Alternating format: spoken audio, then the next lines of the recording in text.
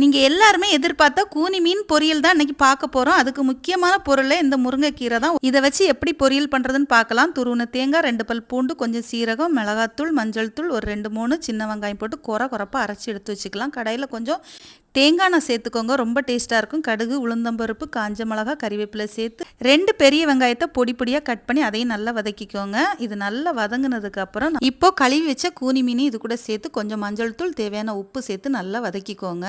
உப்பு வந்து கொஞ்சம் பார்த்து போட்டுக்கோங்க, ஏன்னா தண்ணி இதுலேருந்து நல்லா ஊறி ஊறி வந்துக்கிட்டே இருக்கும். ஆனால் அந்த டைமில் நமக்கு உப்பு கூடுதலாயிரும், அதனால் கொஞ்சம் பார்த்து போட்டுக்கோங்க.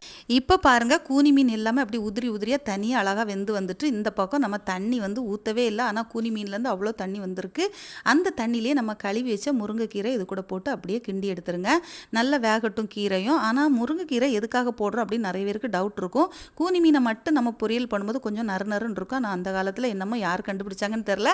இப்போ அரைச்சி வச்ச மசாலாவை அப்படியே மேலால் தூவி போட்டு அப்படியே கிளறுன்னு கிளறி கொஞ்சம் நேரம் அப்படியே தீயை குறைச்சி வச்சு கிண்டி விட்டு எடுத்தோன்னா சூப்பராக உதிரி உதிரியாக நமக்கு கூனி மீன் பொரியல் ரெடி ஆயிரும். சாதத்துக்கு கூட தான் சாப்பிடணும்னு இல்லைங்க, சும்மாவே எடுத்து வச்சு சாப்பிட்டோன்னா கொஞ்சம் நேரத்தில் காலியாயிரும். எங்கள் சித்தி சாப்பிட்டுட்டு ரொம்ப நல்லா இருக்குன்னு சொன்னாங்க.